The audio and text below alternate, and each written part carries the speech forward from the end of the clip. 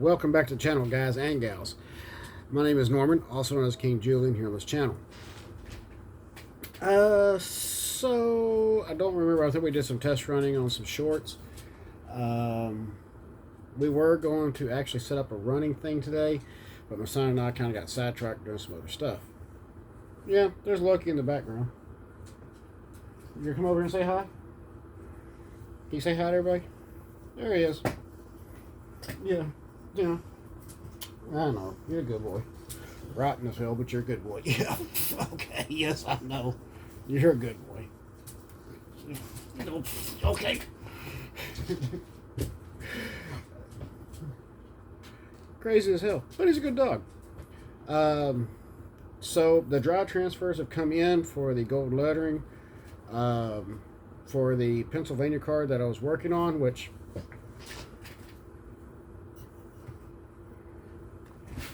here it is right here. I know it's not glued down. I just got setting together. So I'm going to get the clear window glazing tomorrow since Hobby Lobby sells the sheeting that I need. It's like 2 or 3 sheets for like 99 cents, something like that. It's not much at all. Very, very little. And get that in here. That way I can start getting this buttoned up. And I got some LED lights I'm going to wire up in here. And I was, one of the things I did was up here on top. No, this is not rose gold or gold. This is actually a custom blended gold. And I did that for more of a reflective style on that one. So that will be getting completed here shortly, and then we'll get a video of it running. It's going to get my brother's name on it, because after it's said and done, this will be his. Even though it'll probably always be running on my layout, but it will always be his. And I haven't decided if I want to put PK, PRK4,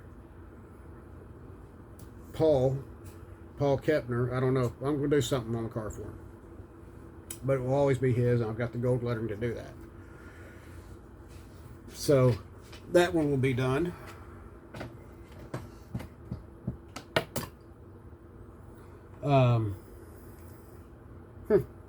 Little spare light that I got.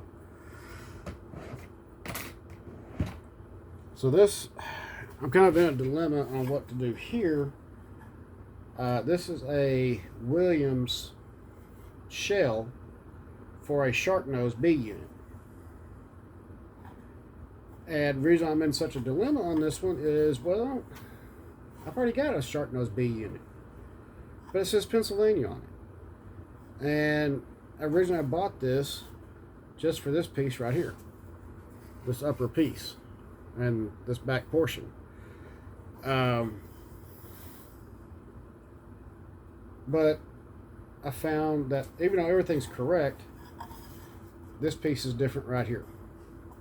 So I'm like, what do I do with it? Well, I could make a frame and put some dummy, B unit or dummy motors underneath it, traction motors, and build a fuel tank and paint it. I could do that. And what would it cost me? Nothing. I got all the stuff here to do it. Or I could just sell it as is. But however, if I do paint it, it's going to be painted for either the NDM or F&M. Because yes, the NDM and F&M did have some Sharknose units. Very rare on the NDM railroad. But I don't know. I've got to figure out what to do with this. If not, I'm going to wind up selling it off. Still waiting on the wheel sets to come in, because I thought there was one of the packages that showed up, which actually wound up being a very puffy package for nothing more than a set of lettering. I thought it was wheel sets. No. So the wheel sets haven't shown up, and I really need the wheel sets so I can finish up the diesel unit.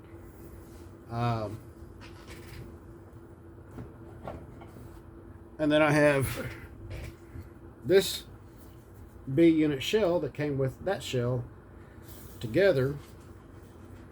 And again, I don't know what to do with it. It's got a hairline crack right here. But it's nothing that's not fixable. I mean, there it is, popped back in place. You can't even see where the crack's at. But it's a shark nose B unit, or A unit, sorry, not B. I don't know what to do with it. It came with that blank B unit, so, and I've been toying with this for months now. What do I do with this stuff? And this one is a Williams, so if you got a Williams shark nose and you need a new shell, let me know. Reach out to me and we'll work out an agreement on it. You know, I mean, if somebody wants it, I can repair the crack, which I'll probably go ahead and do that anyways, because it's very minor and you don't see it. Somebody say, give me $5, it's yours, okay? $5 plus shipping, I'll ship it to you. Just so I can get this out of here. Because as I've told most of y'all before, most of my stuff is O scale, and some O gauge is fine.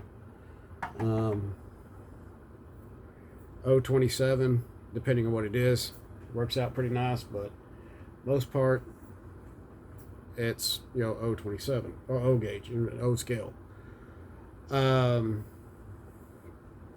Which brings me to my other one, is that we have two other brass and wood cars, passenger cars I'm going to be working on. Y'all will see those in the next video. One of them's kind of very unique. It says Golden Valley on it. It says, for the car, it says American Screwball on it. And as bad as I want to keep it there, I'm actually going to repaint it. And the repaint will be done for the King Kepner Ranch as a cattle baron's car, and the other one will be done as a King Kepner Ranch cattle hands car. So those are both wood and brass that came in our parts lot. Believe it or not, shipping and all, I gave $35 for these. One of them's got all the wheels intact, the other one don't, which I have spare wheel sets here, so I'll just be able to change them out and put couplers on them. In fact, one's going to kind of be a conversion car, because I'm getting kind of tired of like keep changing couplers. As bad as that sounds, I know it. But so we'll get that done, and then start working on the 80-foot Penn Central box car, because I got the lettering for that already. That came in a couple of months ago. That one's going to be a very unique undertaking. Very unique undertaking, because there's some very fine pieces in there that wasn't with it, so I got to recreate those pieces, which is fine. But just so y'all see what cars I'm talking about, grab them.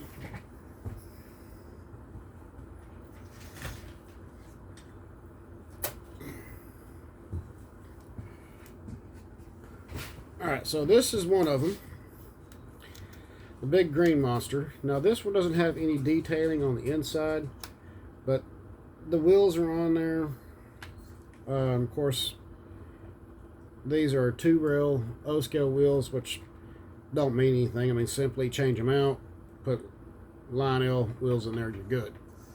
And that's the reason I said I'm thinking about making a conversion car, because it has the intact metal couplers on here. And it'd be kind of neat just to leave them on there and have a conversion car, you know. And it's got the diaphragms, but these diaphragms are handmade. It's really cool. It's actually a really nice piece. This one was probably a 60s model that somebody kind of put to the side because they never finished it. Well, guess what? It's now here on my channel. It's in my collection. It's getting rebuilt. And let me put this one away.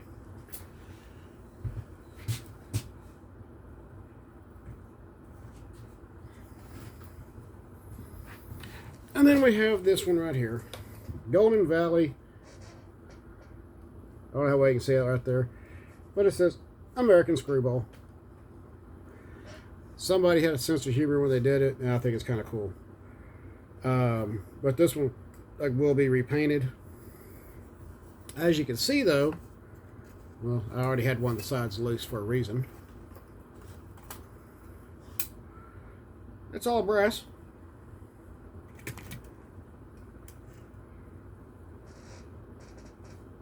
Its fluxing and soldering wasn't that good, but hey, it worked. It's detailed on the inside.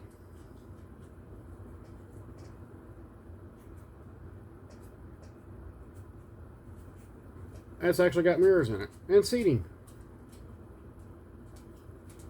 So I'm trying to figure out where all the lights are at on this thing. I'm probably more than likely going to have to redo the wiring in it, which is part of the reason why I took the sides off. Because I just cannot make heads or tails on this plug. I've never seen one like that. Not to say they're not out there, they probably are. But I can't get this thing to light up right now, so I'm thinking this was either attached to a battery car or it was powered off of some other cars. I don't know, but I'm going to see about what I can do to redo that.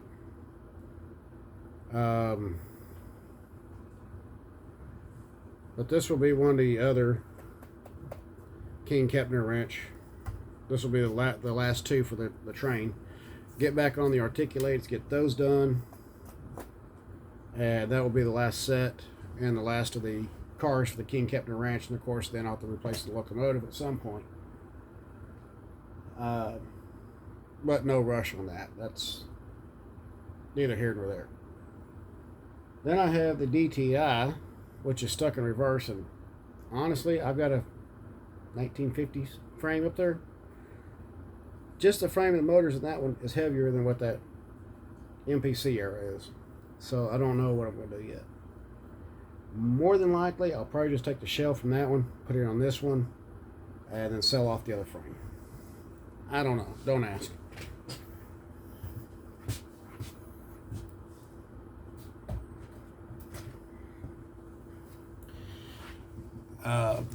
But yes, there's lots of stuff fixing to be going on. Some stuff getting sold. Like I said, again, more of it's more of the O gauge, and some of it's going to be the O27. Locomotives are staying, so that's going to be staying there. The British locomotives, they're staying, because each and every one of those I had to import, and I did import those directly from Britain, which, as far as I know of, I'm probably one of 100 people in the U.S. that actually have imported that stuff over here. I don't know. Maybe some more out there. I don't know.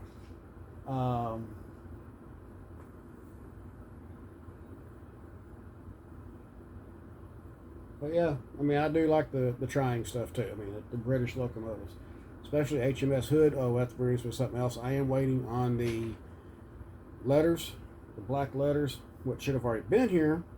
I got the complete Wood and Scenics dry transfer kit for a really decent price. Complete packet and everything off of eBay from a seller that was selling out the Wood and Scenics dry transfers. I got 4 packets of nothing but letters for $3. So that was like really cool. And again, I want to get HMS Hood done and then start on HMS Ark Royal. The Ark Royal is going to have a little bit of a different color on the top instead of the gray, because Ark Royal was an aircraft carrier and she had a very unique strip, your landing strip. So I want to keep that kind of in mind as I'm working through with it, and pay close attention to the Ark Royal name and find out exactly how they did it. Whether it was black lettering or if they actually, how they did it. But I definitely want to commemorate it, because only one person lost their lives on board that ship before she was sunk. So, either way it went, it was still a travesty that the British Royal Navy lost that ship during World War II. Then we'll start on Queen Elizabeth and King Charles.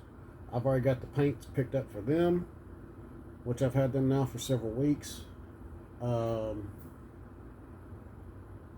and because King Charles, all the research and everything done, King Charles wears blue. So, and he has many different shades of blue, and that's one he does favor. And so does, oddly enough, so does Queen Elizabeth.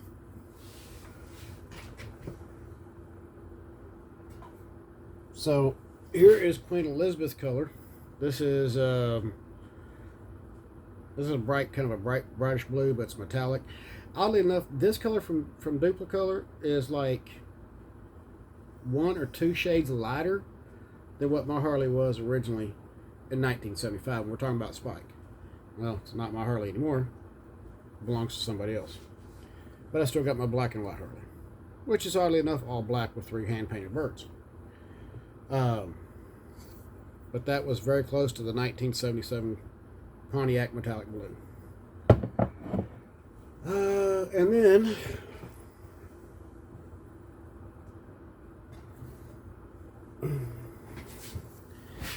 King Charles's deep blue. It's not really a deep blue, regal blue. So I found a couple pictures with him wearing this shade of color blue suits on, and I was like, King Charles, there he is. So, and of course, those locomotives with King Charles and Queen Elizabeth, their names will be in gold lettering.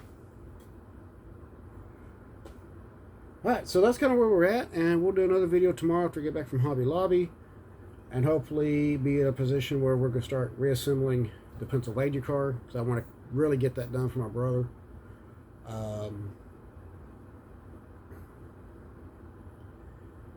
And start going from there. See what else we can get ourselves into. As always, keep the shiny side up, rubber down. See you in the next video again tomorrow. We'll see you then.